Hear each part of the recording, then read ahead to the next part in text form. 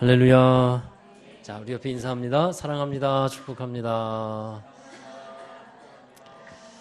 자, 오늘 성가대 귀한 찬양 감사드립니다.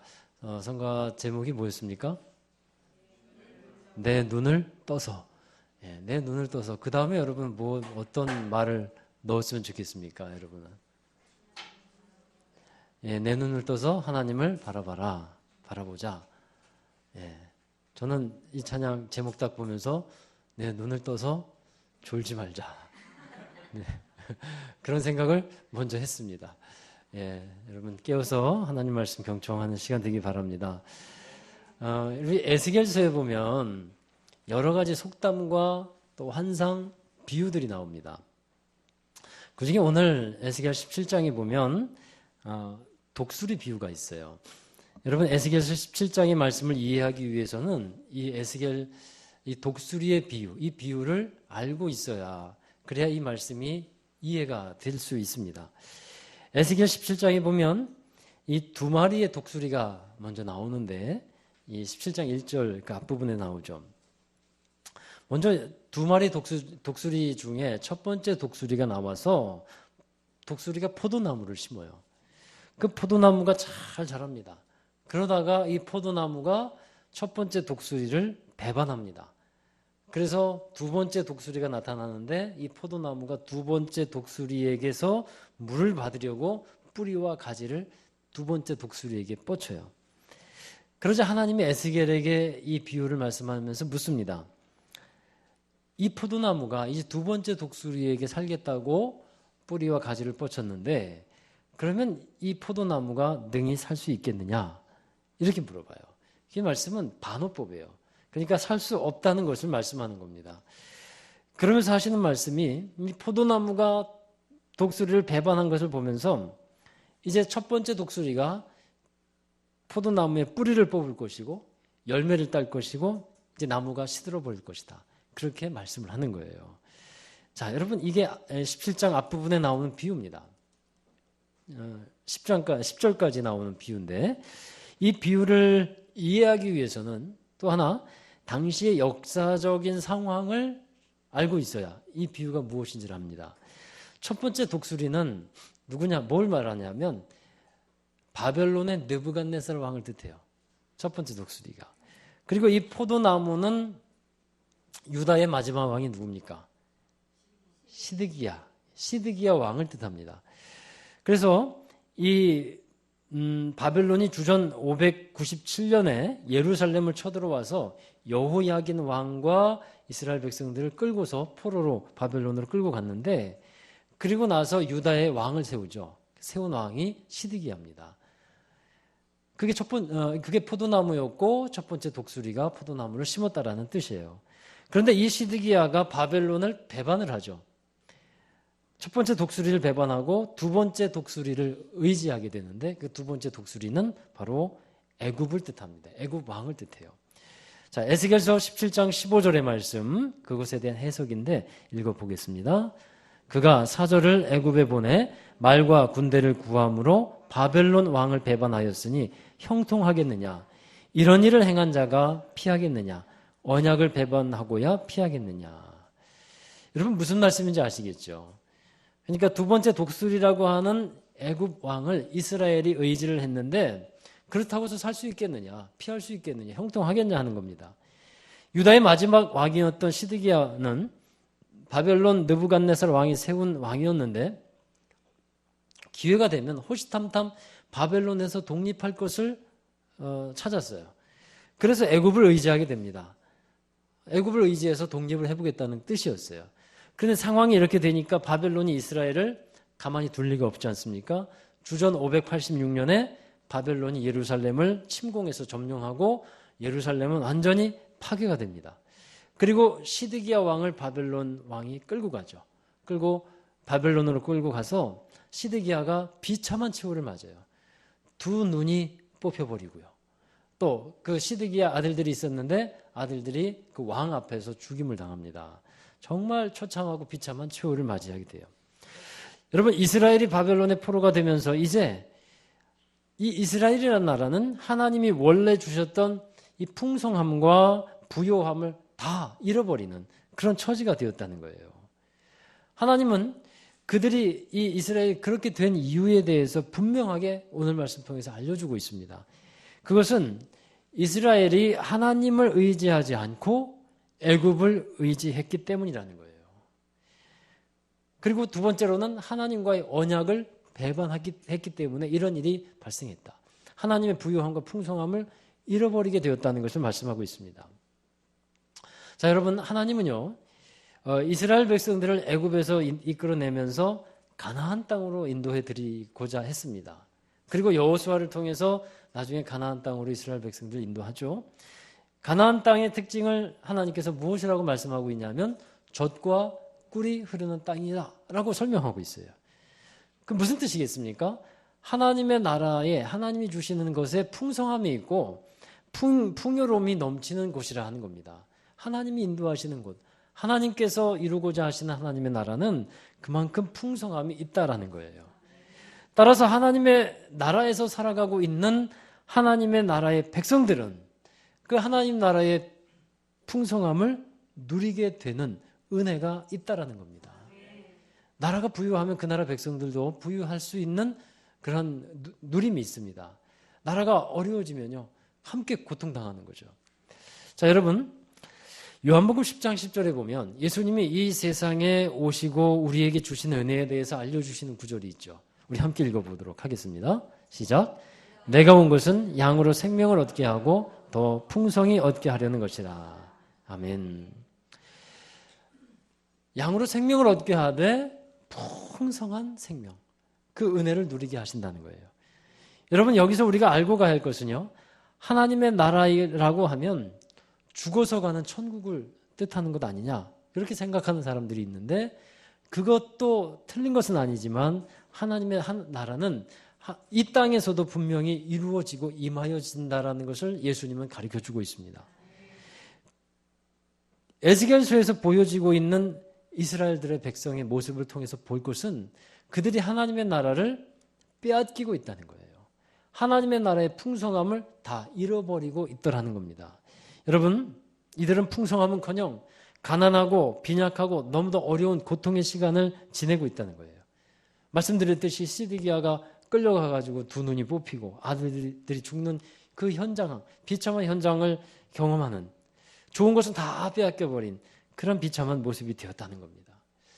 여러분, 이런 모습은요, 절대로 하나님께서 우리를 위해서 계획해 놓으신 것이 아니라는 겁니다. 하나님께서 천지의 모든 만물을 만드셨을 때 하나님은 마지막으로 누굴 만드십니까? 여섯째 날에 이 사람을 만드셨어요. 여러분, 한번 생각해 보세요. 왜 하나님께서 사람을 먼저 만들고 나머지 피조물들을 만들지, 왜 다 만드신 후에 사람을 만드셨을까요? 그것은 모든 만들어진 것을 그 사람에게 주시기 위함이에요. 누리게 하시기 위함이었다는 겁니다. 여러분, 우리가 알고 있어야 하는 것은 하나님이 만든 처음 세상에는요, 부족한 것이 없었다라는 사실입니다. 하나님은 사람을 만드시고 복을 주시면서 생육하고 번성하고 땅에 충만하고 정복하고 다스리라, 이런 그 복을 주셨습니다. 은혜를 주셨어요. 그러니까 이것이 풍성한 삶을 살아가는 사람들의 모습이다라는 겁니다. 여러분, 에덴 동산을 한번 생각해 보세요. 그것은 우리가 알 수 있는 하나님의 나라의 원형, 원래 형태입니다.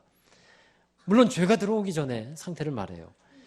자, 이 어떤 풍요로움을 누리고 있는지를 한번 에덴 동산의 아담과 하와를 통해서 발견해 보시라는 거예요. 아담과 하와가 하나님의 나라에서 하나님과의 관계는 어떠했을까요? 빈약했을까요? 풍성했을까요?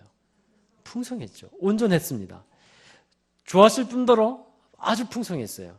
그래서 하나님의 마음에 있는 것을 아담과 하와가 잘 알아들었어요. 또 하나님이 기뻐하시는 것 무엇인지 제대로 알고 아담과 하와는 행합니다. 하나님의 말씀하시는 것을 잘 듣습니다. 하나님과의 관계에서 풍성했다라는 거예요. 이것이 우리가 누려야 되는 풍성함의 하나입니다. 기본적인 것이고 가장 근본적인 것이라 할 수 있어요. 하나님과의 관계에서의 풍성함. 믿음도 풍성했어요. 믿음도 빈약한 믿음이 있고 풍성한 믿음이 있겠죠? 풍성한 믿음이었어요. 이들은 하나님을 조금만 믿는 게 아니고 전적으로 신뢰하고 전적으로 믿었습니다. 여러분, 믿음이라는 것이 뭘까요? 이것은 모든 삶과 역사의 주관자여 또 주인은 하나님이시라는 것을 인정하는 거예요. 그리고 그것에 맞게 반응하면서 살아가는 것이 바로 믿음이라는 겁니다. 이 아담과 하와는 온전한 믿음 가운데서 하나님의 주인됨을 인정했다는 거예요. 그럴 때 아담과 하와는 에덴 동산에서 하나님이 주시는 풍성함을 누려나갈 수 있는 거죠. 하나님이 지으신 모든 것을 다 함께 누릴 수 있도록 하나님께서 이미 허락하셨기 때문에 그것을 누릴 수 있습니다. 여러분, 아담과 하와로 대표되는 두 사람의 관계는 그 사람들과의 관계를 우리가 말한다고 볼 수 있는데, 사람과 사람과의 관계에서도 아담과 하와는 풍성함을 누리고 살아가는 겁니다. 풍성함이라는 게 뭐예요? 막힘이 없는 거죠. 교제의 풍성함, 서로 나눔의 풍성함, 사랑함의 풍성함. 그것이 이 에덴 동산에서 하나님의 나라에서 있었다라는 겁니다. 여러분, 이런 모습을 좀 보면 우리가 하나님을 섬기고 있는 데서 이 풍성함이 우리에게 있게 되기를 주의로 축원합니다. 그런데 실상은 이게 잘 나타나지 않고 있는 모습들이 많아요. 우리가 예배를 드릴 때, 하나님을 찬양하고 예배할 때 정말 풍성할까? 정말 풍성한 예배, 풍성한 찬양, 내 기쁨의 마음의 풍요로움으로 하나님을 예배하고 찬양하고 하나님을 섬겨야 합니다. 그것이 우리 마음 가운데서 영적 부요함이 되어서 이렇게 잘 드러나고 우러나오는 그러한 예배가 되어야 합니다. 그것이 하나님의 풍성함, 하나님 나라에서의 풍성함을 누리는 예배자들의 모습이에요. 또 믿음에도 마찬가지고 믿음의 부요함을 누리게 되고, 사람과의 관계 속에서도 정말 풍성한 관계, 부요한 관계를 우리가 누릴 수 있는 것이 우리 하나님 나라의 백성들의 모습이 된다는 겁니다. 그런데 여러분, 실상은 믿는 사람들이 오히려 이런 경우가 있어요. 하나님을 예배하고 하나님을 믿는다고 하는데 오히려 그 사람들의 마음이 더 좁아요. 더 편협하고 더 너그럽지 못합니다. 세상을 향해서 우리가 중심을 갖고 믿음을 갖고 열려져 있는 마음이 되어야 되는데 편협해요. 그런 것 때문에 우리 하나님이 주시는 풍성함을 누리지 못하는 경우가 많이 있다라는 겁니다. 자, 여러분, 그런데 그 하나님 나라에 이제 죄가 들어오지 않습니까? 그랬을 때 그 풍성함을 잃어버리게 되더라는 거예요. 하나님이 에덴 동산에서 금하신 것이 있었죠. 다 누릴 수 있었지만 여러분 잘 아시다시피 선악과를 범하는 것, 그거 하나만을 금했어요. 다른 것은 다 풍성하게 누릴 수 있다. 그런데 그것 하나만은 하지 말아라 했습니다. 여러분, 선악과를 먹는다는 것의 그 단적인 의미가 뭘까요? 그것은 주인을 바꾼다는 거예요. 선악과를 따먹는다는 것은 내가 하나님을 주인으로 삼지 않고 다른 주인으로 바꾸겠습니다라고 하는 의미입니다. 그동안 하나님이 주인이었는데 선악과를 따먹음으로써 주인이 누가 될까요? 누가 될까요? 내가 되는 거예요. 나. 하나님이 주인이신 인생이었는데, 그때 하나님이 주시는 풍성함이 있었는데 이제는 그 주인을 바꿔버려요. 내가 인생의 주인이 되어버립니다. 여러분, 그 결과 하나님을 마음에 두기를 사람들이 싫어하는 거예요. 왜냐하면 내가 주인인데, 그 내가 주인인 것을 하나님이 뺏어가려고 하는 것 같으니까 하나님 마음에 두기를 싫어합니다. 거부감이 일어납니다. 그것이 원죄죠. 여러분, 원죄를 영어로 뭐라고 합니까? sin이라고 하죠. 그 중에 그 첫 자를 대문자로 씁니다. 원죄는. 일반적인 죄는 sins에서 소문자로 쓰지만 대문자로 sin이라고 쓸 때 그걸 원죄라고 해요. 근데 이 sin, 거기에 원죄의 영어지만 가운데 뭐가 들어있습니까? I. 가운데 I가 있어요. I가 뭐예요? 나예요. 여러분, 뭐가 문제냐면 원죄의 특징이 뭐냐면요, 항상 삶의 중심에 내가 들어가 있는 거예요. 내가 중심이 되는 겁니다. 모든 삶의 자리에 내가 들어가 있어요. 생각을 해도 중심을 누구로 잡냐면 나 중심으로 잡는 겁니다. 무엇을 행해도 내 중심으로 행하고, 먹어도 나 중심으로 먹고, 살아도 누구 중심으로 살아요? 나 중심으로 살아요. 무엇을 가져도 내가 중심이 되어서 가져야 되는 겁니다. 이것이 죄의 모습이라 하는 겁니다. 에스겔서 16장에 보면 하나님이 이스라엘의 영적 음행, 곧 우상 숭배한 것을 지적하고 있습니다. 그때 이 말씀이 있는데 말씀에서 여러분 한번 발견할 것이 있어요. 자, 에스겔서 16장 16절 17절. 자, 같이 읽어봅니다. 내가 내 의복을 가지고 너를 위하여 각색으로 산당을 꾸미고 거기에서 행음하였나니 이런 일은 전무후무하니라. 내가 또 내가 준 금, 은 장식품으로 너를 위하여 남자 우상을 만들어 행음하며. 자, 이 16절, 17절 두 구절에서의 공통되는 말씀이 있죠. 뭐가 있습니까? 뭐 행음도 있습니다만 너를 위하여, 너를 위하여. 우상을 만들었는데 또 영적 간음, 우상을 숭배했는데 그 이유가 뭐라는 겁니까? 너를 위하여. 자기 자신을 위하여서 섬겼다는 거예요. 여러분, 그것이 우상 숭배입니다. 자기 자신을 위해서 살아가는 것은 결과적으로는 우상 숭배로 연결될 수가 없어요. 밖에 없어요. 자기 자신을, 자기 몸을 위하고 자기 자신을 위해 산다는 것, 그게 뭐 그리 나쁩니까? 그렇잖아요. 하나님이 주신 몸인데 하나님이 주신 나를 소중하게 여기고 가꾸는 것 좋은 일 아니겠습니까? 그런데 여러분, 무엇이 문제냐 하면 삶의 목적이 자신을 위한 삶이 되는 것은 우상 숭배와 같다라는 거예요. 이것은 신앙생활의 근본부터 달라지고 출발점부터 달라지게 되는 것이랍니다. 란 말씀입니다. 여러분, 어린아이들이 키우는 분들은 고민하게 하는 것들이 있는데 한 2살, 3살쯤 되면 아이들 돌보기가 참 어려워집니다. 그렇지 않습니까? 그래서 어린이집에서 일하시는 분들을 보면 정말 존경스러워요. 여러 아이들을 어떻게 그렇게 다룰 수 있을까? 참 존경스럽기 그지없습니다. 마음 같아서는 한 대씩 때리고 싶은데 이젠 그것도 안 되잖아요. 예, 그럴 수도 없고 그래서도 안 되고. 근데 진짜 말 안 듣지 않습니까? 그런데도 그 아이들을 다 달래고 키워가고 바로 잡아가는 모습 보면 참 존경스러운데, 아이들이 3살쯤 되면 자기 주관이 뚜렷해지기 시작하고 고집이 세집니다. 그래서 아이들이 외치는 것이 있습니다. 내 것, 내 것. 이건 내 거야, 내 거야, 내 거야. 아이들 키우면요, 다 아이들이 그러한 얘기들을 하기 시작합니다. 그 모습 보면서 어린아이들부터 자기가 주인 되어서 살려고 하는 모습을 그런 가운데서 볼 수 있다는 거예요. 그럼 어른들은 야, 좀 양보해라, 나눠줘라 그러지만 실상 어른들도 많은 사람들이 나 중심의 삶을 살아가고 있다 하는 겁니다. 우리가 여기서 깨달아야 돼요. 예전에 대중가요 가운데 이런 노래가 있었어요. 내 인생은 나의 것, 내 인생은 나의 것. 여러분, 그래서 내 인생은 나의 것이니까 그냥 나에게 맡겨주세요. 내가 잘 알아서 할게요. 라는 뜻의 노래입니다.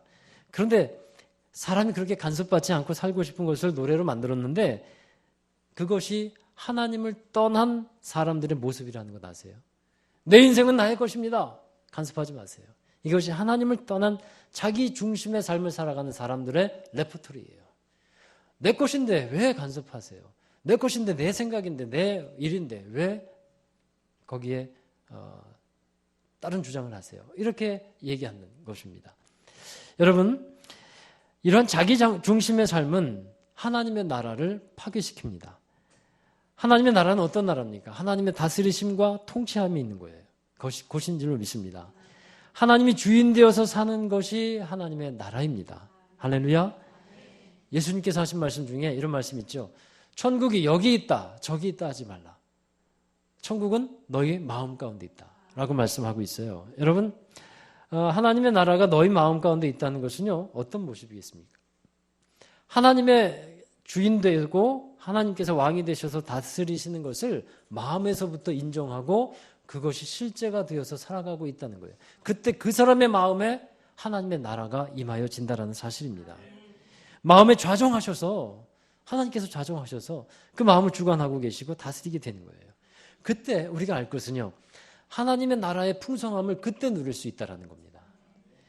신앙생활은요, 믿음생활은 나 중심으로 사는 것이 아닙니다. 하나님 중심으로 사는 것이 믿음생활인 줄로 믿습니다. 믿는 사람은 생각을 해도 나 중심으로 생각하지 않고 하나님 중심으로 생각을 하는 거예요. 행동을 해도 하나님 중심으로 행동하는 겁니다. 여러분, 성숙한 사람은요, 이것이 죄냐 아니냐 이것을 따지기 전에 이것을 먼저 생각하죠. 이 일이 하나님이 기뻐하시는 일이냐 기뻐하시지 않는 일이냐, 이런 것을 먼저 생각하면서 나아가는, 이것이 성숙한 사람들의 모습이에요. 우리가 예수님을 영접한다는 것, 여러분 예수님을 영접하지 않았습니까?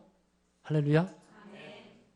예수님 영접했잖아요. 우리 영접기도 다 하고. 그런데 여러분, 심각하게 한번 생각해 볼 것이 있어요. 예수님을 영접한다는 것의 진정한 의미가 뭔가? 단지 내가 주님을 환영합니다, 주님을 받아들입니다, 이러한 립서비스를 가지고 말로, 물론 말로 우리가 시인해야 합니다. 그러나 이 말만 가지고서 정말 영접하는 것이 되는 것인가? 제가 경험한 많은 사람들 중에 영접기도 하고서 주님께 나오지 않는 많은 사람들이 있어요. 영접기도 했어요. 그것이 능력이 없다라는 말이 아니라 주님을 입으로 시인했습니다만 그러나 믿음 생활을 하고 있지 않은 경우들이 많다라는 거예요. 무엇이 문제일까요? 여러분, 예수님을 영접한다는 것의 그럼 진정한 의미가 뭐냐 하면요, 그것은 삶에서 예수님이 주인 되는 삶을 살아가는 것, 그것이 바로 예수님을 영접하는 사람의 모습인 줄 믿습니다. 여러분의 삶에서 주인이 누굽니까? 예수님이 나의 주인이고 내 삶의 주관자이십니다 라고 인정할 수 있으시겠습니까? 할렐루야. 예수님이 나의 주인이십니다. 예수님이 내 삶의 주관자이십니다. 그게 인정이 돼야 돼요. 여러분, 그게 바로 영접이라는 거예요. 그것이 예수님을 영접하는 것이에요. 예수님을 영접했다고 하지만 여전히 삶의 주인은 예수님이 아니고 내가 주인이라고 한다면 죄송한 얘기지만 주님을 영접하지 않은 것이거나 부분적으로 조금 영접했거나 그런 것일 뿐이에요. 사랑하는 여러분, 구원의 확신을 또한 우리가 갖고 살아야 한다고 하지 않습니까? 내가 지금 죽어도 천국에 갈 수 있다고 생각하는 사람 되어야 합니다. 아멘이에요. 그래요. 그것은 분명한 사실이에요. 그런데 나는 죽어도 예수님 계신 하나님의 나라에 나는 갈 수 있어. 그래, 그렇게 생각하고 마음을 먹고 한다고 해보십시오. 근데 그것이 진짜 실제가 될 수 있을까? 여러분 자신 있습니까? 구원의 확신 통해서 내가 그렇게 고백하고 믿는다고 해서 천국에 갈 자신이 있습니까? 심각한 질문이죠. 여러분 마찬가지예요. 구원의 확신은 어떤 사람에게 분명하게 나타나냐 하면, 어떤 사람이 구원의 확신을 갖고 있는 것임을 증명하는 것이냐 하면 예수님이 인생의 주인 되었다는 것을 인정하고 그렇게 살아가는 사람에게 그 구원의 확신이 증명되는 겁니다. 이스라엘 백성들을 다시 보십시오. 바벨론에 자기 나라를 빼앗기고 포로의 상황이 되었습니다. 풍성한 그 하나님의 나라의 누림을 다 잃어버렸어요. 그렇게 된 이유가 무엇인지 아시겠죠? 하나님의 다스리심, 하나님의 주인 되심을 내던져버렸기 때문에 그렇습니다. 대신에 누가 주인이 됩니까? 우상 숭배하는 것은 나를 위하여잖아요. 자기가 주인 되었기 때문에 그 풍성함을 누리지 못하는 거예요. 여러분, 바로 이 사실에 우리가 다시 한번 믿음을 세워가는 시간 되기를 주의 이름으로 축원합니다. 그리고 두 번째로 하나님께서 말씀하시는 것이 있습니다. 19절의 말씀을 다시 한번 보십시오. 19절에 보면 다시 읽어보실까요? 그러므로 주 여호와의 말씀이니라 내가 나의 삶을 두고 맹세하노니 그가 내 맹세를 업신여기고 내 언약을 배반하였은즉 내가 그 죄를 그 머리에 들리되. 하나님의 맹세를 업신여겼고 하나님의 언약을 배반했다는 겁니다. 하나님은 하나님의 나라를 세우기 위해서 사람을 부르셨어요. 그 다음에 그 사람과 언약을 세웁니다. 아브라함을 부르셔서 언약 세우고, 이삭을 부르시고, 야곱을 부르시고 언약을 세우시고, 다윗을 부르시고 언약을 세우셨어요. 또 이스라엘 백성들을 애굽에서 불러내어 주셔서 이 시내산 앞에서 출애굽기 19장에 이스라엘 백성들과 언약을 세웁니다. 자, 우리 말씀 보십시오. 19장 5절입니다. 출애굽기 19장 5절. 세계가 다 내게 속하였나니 너희가 내 말을 잘 듣고 내 언약을 지키면 너희는 모든 민족 중에서 내 소유가 되겠고. 아멘. 하나님의 소유가 된다는 것은 하나님의 것을 함께 누릴 수 있는 사람이 되게 하시겠다는 겁니다. 하나님의 나라, 하나님의 다스림 아래에 있을 때 하나님의 풍성한 소유를 누릴 수 있게 하시겠다는 거예요. 그런데 여러분, 이 언약이 지켜집니까? 안 지켜져요. 그러면 하나님이 이 언약을 깨뜨렸습니까? 아니에요. 이스라엘 백성들이 그 언약을 파기하는 겁니다. 사람이 깨뜨립니다. 사람이 하나님의 말씀을 잘 듣고 순종하면서 하나님을 주인으로 삼아 살아가게 되면 그 풍성하신 복을 누릴 수 있도록 하셨는데 그 은혜의 테두리를 걷어버리고 하나님 밖으로 나가버리는 거예요. 여러분, 정리하자면 이 인간은요, 하나님의 다스림 아래에 있을 때 하나님의 나라의 풍성함을 누릴 수 있게 됩니다. 그 복을 잃어버리는 이유, 하나님을 떠났기 때문이라는 거예요. 물고기가 물을 떠나 살 수 없고 송충이가 솔잎을 떠나면 죽듯이 인간이 하나님을 떠나면 그 실존이 부끄러워지게 되고 비참해지는 겁니다. 그 존재가 행복하지 못한 삶이 되는 거예요. 여러분, 이 신앙생활을 하는 가운데서도 풍성함과 부유함을 누리지 못하고 있지 않습니까?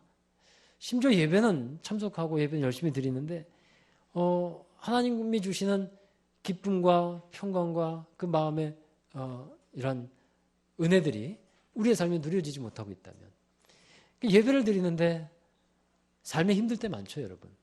또 괴로울 때도 많고 여러 가지 마음의 문제도 있죠. 고민되는 것도 많고. 그런데 우리가 하나님 믿지 않습니까? 그럼 하나님 믿으면 그 하나님 안에서 그 모든 것들을 내려놓고 그런 것들을 십자가에 맡기고 주님께 맡기고 그리고 하나님이 주시는 기쁨과 은혜를 우리가 받고 누릴 수 있게 되는 겁니다. 예배드리러 오는데 또 신앙생활 하는데 여러분 마음이 눌려 있습니까? 어둡습니까? 또 정말 괴롭습니까? 그런 삶은 하나님의 나라의 풍성함을 누리는 사람들의 모습이 아니에요. 삶에서 환경에서 좌우되고 이런 것이 아니라 정말 하나님이 계시기에 하나님 나라에서의 평안과 기쁨을 행복을 누릴 수 있는 것, 그것이 하나님의 나라의 사람들이라는 것을 여러분 꼭 기억하시고 깨닫게 되시길 바랍니다. 하나님은 하나님의 나라를 우리 가운데 이루시기 위해서 포기하지 않고 계속 일을 하시는데 에스겔 17장 22절에서 23절 오늘 말씀 후반절인데 읽어보겠습니다. 주 예수께서 여호와께서 이와 같이 말씀하시되 내가 백향목 꼭대기에서 높은 가지를 꺾어다가 심으리라. 내가 그 높은 새 가지 끝에서 연한 가지를 꺾고 높고 우뚝 솟은 산에 심되 이스라엘 높은 산에 심으리니 그 가지가 무성하고 열매를 맺어서 아름다운 백향목이 될 것이요 각종 새가 그 아래에 깃들이며 그 가지 그늘에 살리라. 아멘. 하나님께서 백향목의 연한 가지를 꺾어서 높은 산에 심으신다는 거예요. 그 모든 그러니까 정말 가난하고 비천한 그런 그 파멸된 그런 지경의 삶 모습 가운데서 다시 연한 백향목의 연한 가지를 꺾어서 높은 산에 심는데 이제 그 순이 자라나서 가지가 무성하고 열매가 풍성한 백향목이 될 것이라는 겁니다. 그 이후에 어떻게 됩니까? 그것이 자라서 새가 깃드는 나무로 자라나게 된다는 겁니다. 여러분, 이 작은 순이 뭡니까? 곧 예수 그리스도를 예표하고 있다는 거예요. 구약에서 예수님이 오실 것을 예언할 때 예수님을 연한 순 같고 연한 풀과 같다고 예언을 합니다. 바벨론의 포로가 되어서 나라를 다 잃어버린 이스라엘 백성들에게도 하나님은 다시 희망을 말씀하시는 거예요. 백향목 순이라고 했어요. 여러분, 백향목은 어디에 쓰입니까? 성전을 짓는 재료를 쓰여요. 그래서 이 하나님께서 다시 성전을 세우실 것인데 연한 순 같은 예수 그리스도를 통해서 그 일을 하시겠다는 겁니다. 그리고 그 나무가 자라서 백향목이 되면 이제 새들이 날아 들어와서 그 나무에서 깃들어 살게 될 것이라는 겁니다. 예수님께서 하나님의 나라의 비유를 말씀하면서 겨자씨의 비유를 말씀하셨죠. 그러면서 정말 작은 겨자씨가 땅에 심겨지면 그것이 자라서 새들이 깃드는 나무가 된다는 거예요. 하나님의 나라는 이와 같다는 것을 말씀하고 있습니다. 하나님 나라의 풍성함이 작은 것이지만 다시 하나님께서 회복하시고 이루실 것이라는 것을 말씀하는데, 여러분, 그래서 우리가 하나님의 나라를 이루기 위해서 반드시 이 사실을, 이 말씀을 보고 우리가 해야 될 일이 있어요. 이것은 어떤 것을 행하는 것보다 존재론적인 의미인데 우리가 예수 그리스도 안에 거하는 삶을 살아가는 겁니다. 무성한 백향목 나무가지에 깃들어 있는 새와 같이 그 안에 거하는 거예요. 이것이 하나님의 나라의 풍성함을 이루고 회복할 수 있는 비결이 됨을 꼭 믿으시기 바랍니다. 요한복음 15장에서 보면 포도나무의 비유를 통해서 예수님께서 알려주셨어요. 풍성한 열매를 맺는 삶의 비결이 무엇인가? 사람들은 무언가 열심히 하려고 하는 행위에 중심을 두고 있어요. 물론 준비도 잘해야 됩니다. 그러나 뭔가 열심히 준비하고 뭔가 열심히 해야 뭔가 열매가 맺힌다라고 생각을 합니다. 그런데 주님은 말씀해요. 행위에 답이 있는 것이 아니라고 말씀합니다. 관계에 그 답이 있다라고 말씀하고 있어요. 그래서 포도나무 가지가 포도나무에 붙어 있는 것이 중요하다는 겁니다. 무엇을 하려고 하는 것보다 붙어 있으면 된다는 거예요. 그래서 포도나무로부터 오는 풍성한 양분과 좋은 것을 받을 수 있는 그런 관계가 먼저 이루어져야 한다는 겁니다. 요한복음 15장 5절의 말씀입니다. 읽어보시죠. 나는 포도나무요 너희는 가지라. 그가 내 안에 내가 그 안에 거하면 사람이 열매를 많이 맺나니 나를 떠나서는 너희가 아무것도 할 수 없습니다. 할렐루야. 아멘. 예수 그리스도 안에 있을 때 열매를 많이 맺게 된다는 것입니다. 다시 말하면 풍성한 삶을 누릴 수 있게 되는 거예요. 여러분, 풍성한 삶을 꼭 물질적인 것으로 국한시키지 마십시오. 물질적인 것이 부족해도 주님으로 인한 풍요로움이 있습니다. 물론 이 풍성함에는 물질적인 풍요로움도 포함이 되어 있습니다만 근본적인 것이 물질로부터 시작하는 풍요로움이 아니라는 말씀이에요. 예수님은 제자들에게 평안을 누리라 말씀합니다. 근데 그 풍성한 은혜 가운데 평안함이 있는데 예수님이 주시는 평안함은 세상이 주는 것과 같지 않다라고 했어요. 그 말씀은 뭐냐면요. 세상이 주는 평안함도 있다라는 겁니다. 돈이 주는 평안함 있습니까? 없습니까? 있죠. 돈 없으면 불편하죠. 또 마음이 평안하지 않습니다. 근데 돈이 있으면 생기면 평안합니다. 평안함이 있을 수 있습니다. 또 세상이 주는 평안함도 있습니다. 내가 하고 싶은 것을 했을 때 받게 되는 평안함도 있습니다. 그러나 그런 평안함은 근본적인 것이 될 수 없고 또 예수님이 주시는 평안함과는 질적으로 다르다라는 거예요. 주님께서 주시는 평안함은 환경과 여러 조건과 이런 것에 영향을 받지 않는 그런 평안함인 것입니다.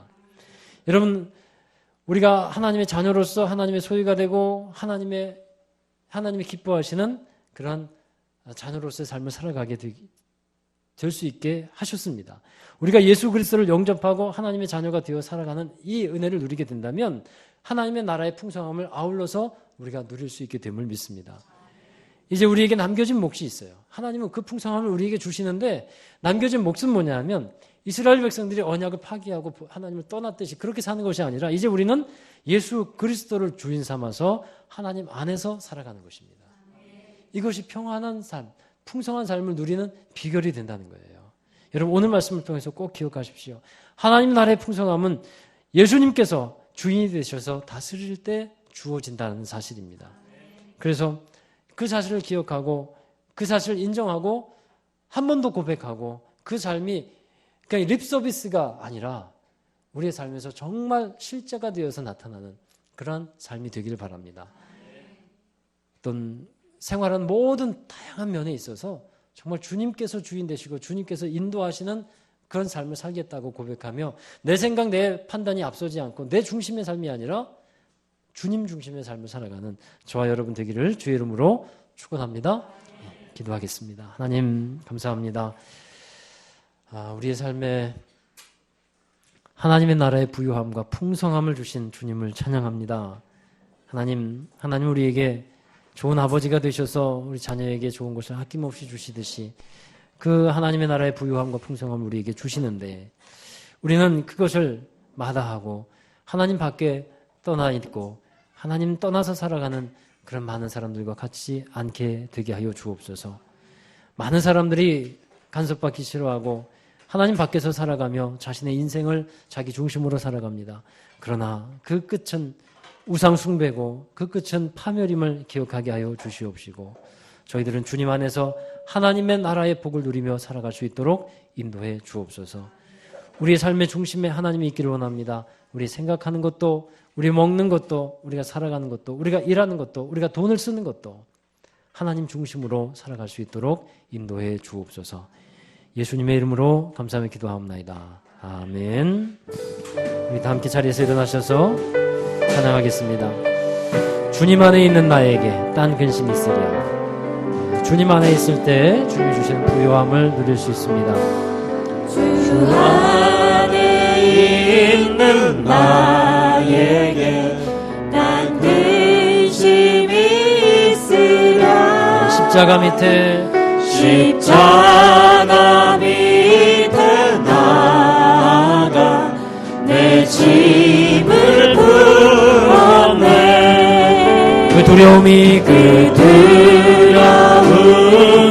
변하여 내 기도 되었고 내 기도 아멘. 되었고 모든 것 주님께 맡기길 원합니다. 염려도 주님께 맡기고 주님을 찬양합니다.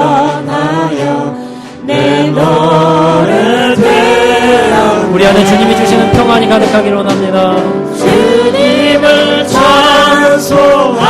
찬송하면서 할렐루야 할렐루야 내 앞길 멀고 험해도 나 주님만 따라가리 내 주는 자비하셔서 내 주는 자비하셔서 늘 함께 계시고 늘 함께 계시고 내 궁핍함을 하시고 채워주시는 내 주님 궁핍함을 하시고 늘 채워주시네 주님을 찬송 내 주와 맺은 언약 영불변하시고 영불변하시고 그 나라 가기까지는 늘 보호하시네 주님을 찬송하면서 할렐루야 할렐루야 내 앞길 멀고 험해도 나 주님만 따라가리 주님을 찬송 주님을 찬송하면서 할렐루야 할렐루야 내 앞길 멀고 험해도 나 주님만 주님을 찬송하면서 할렐루야 주님을 찬송하면서 할렐루야 할렐루야 내 앞길 멀고 험해도 나 주님만 따라가리 자, 여러분 우리 기도합시다. 우리 마음을 주님께 드리며 기도하는데요. 여러분 우리 안에 하나님이 주시는 풍성함과 부유함과 기쁨과 은혜가 넘쳐 나기를 원합니다. 그런데 그것을 누리지 못하는 이유는 어떻게 보면 딱 한 가지입니다. 내가 주인 되었기 때문에 그렇습니다. 이 시간 주님을 모셔드리고 내 삶의 주인은 오직 주님이심을 고백하고 그렇게 모든 것 맡기고 살아가는 저와 여러분 되기를 원합니다. 우리 교회가 되기를 원합니다. 주님께서 주인 되셨을 때 주님의 나라의 그 풍성함을 누릴 수 있습니다. 사람을 대하면서도 또 우리가 마음을 쓰면서도 하나님 넉넉한 그 마음으로 하나님 풍성한 삶을 살아가게 될 것입니다. 우리 주님 주시는 그 은혜를 기억하며 하나님 내 삶의 주인은 오직 주님이십니다. 우리 고백하며 기도하겠습니다. 감사하죠 하나님, 우리 삶의 주인 되신 주님을 찬양합니다. 우리에게 찾아와 주셔서 우리 인생을 축복하시고 우리를 주관하고 계시는 주님 감사드립니다. 우리 모든 성도들의 삶 가운데서 하나님 임하여 주시옵소서. 주인으로 임하여 주시고 하나님 역사의 주관자이신 주님께서 우리 성도의 삶도 주관하여 주셔서 하나님 내가 주인의 삶을 내려놓고 주님 안에 거하는 우리 모두가 되게 하여 주시옵소서. 하나님의 나라의 부유함이 있습니다. 하나님 나라의 풍성함이 있습니다. 내려놓아야 가질 수 있고 하나님께 모든 것을 맡겨야 우리가 그것을 취할 수 있습니다. 내가 주인 되었던 것 이 시간 내려놓고 주님을 주인으로 모시며 그렇게 반응하며 살게 하여 주시옵소서. 내 삶에 하나님 가정도 하나님 내 물질 생활도 내 모든 일의 생활도 하나님 모두가 다 주님이심을 고백합니다. 삶의 관계 속에서 부유함을 누릴 수 있게 하여 주시고 우리 예배 가운데 부유함을 누리게 하여 주시고 신앙생활 가운데서도 하나님의 부유함과 기쁨을 누리고 나갈 수 있도록 인도하여 주시옵소서. 주님 감사합니다. 우리에게 풍성함으로 역사해 주시옵소서. 아멘. 내가 온 것은 양으로 생명을 얻게 하되 더 풍성하게 하려 하심이라 하신 주님, 정말 우리의 삶을 더 풍성하게 이끌어 주시는 주님을 찬양합니다. 우리가 주님 안에 있고 또 우리의 인생의 모든 것이 또 주님의 주인됨 가운데서 그 모든 풍성함이 이루어짐을 깨닫게 하여 주시오니 감사를 드립니다. 그래서 하나님, 이 시간 우리의 마음으로 기도하며 결단하는 것은 우리의 삶의 주인이 우리 예수님임을 인정하고 내려놓는 삶을 살게 하여 주옵소서. 주님께서 포기하라고 하시고 내려놓고 맡기라고 하는 것은 우리가 과감하게 주님을 신뢰함으로 내려놓고 맡기게 하여 주옵소서. 인생의 주인은 주님이심을 고백하며 주님을 따라가는 우리 믿음의 사람들 되게 하여 주시옵소서. 하나님, 구원이라는 것이, 믿음이라는 것이 또 주님의 말씀하심과 주님의 이끄심에 반응하는 것임을 믿습니다. 우리가 주님의 주인됨을 인정하고 맡기고 살아가는 우리 모두가 되게 하시고, 또 주님의 주인 되셨을 때 하나님의 나라의 풍성함을 누릴 수 있는 것을 깨닫게 하여 주시옵소서. 우리 마음이 괴롭고 신앙생활하면서도 어둡고 기쁘지 아니하고 그 모든 것이 어디로부터 왔는지 돌아보게 하여 주옵소서. 하나님, 내가 주인 되었기 때문에, 내가 붙잡고 있기 때문에 여전히 그 모든 면에서 풀어지지 않는 것이 있음을 깨닫고 맡기게 하여 주옵소서. 가정도 주님께 맡기고, 하나님, 일도, 모든 일도 주님께서 중심이 되어서 일을 행하고 계심을 인정하고 맡기게 하시고, 또 물질 생활도 맡기고, 하나님, 모든 삶에 있어서 주님께서 중심이 되어 행하시는 삶이 되게 해 주옵소서. 그래야므로 하나님의 소유가 되고 하나님의 다스림 속에 있어서 하나님께서 하나님의 나라를 이루셨을 때 우리에게 주어주신 그 풍성함을 누리고 살아갈 수 있도록 인도해 주시옵소서. 우리 모든 성도들의 삶이 그렇게 부유하게 인도해 되어서 하나님이 주시는 하나님 놀라운 역사들을 경험하고, 하나님 물질에도 궁핍하지 아니하고 정말 하나님이 주시는 기쁨이 넘치고 빛된 삶으로 근심과 염려를 떠나며 주님이 주시는 평안함을 누리고 살아갈 수 있게 해 주시옵소서. 하나님께서 작은 것에서 큰 것을 이루시고 또 천을 이루시고 하나님의 나라를 이루시는 줄 믿습니다. 하나님의 부유함을 누리는 성도들 되게 하시옵소서. 이제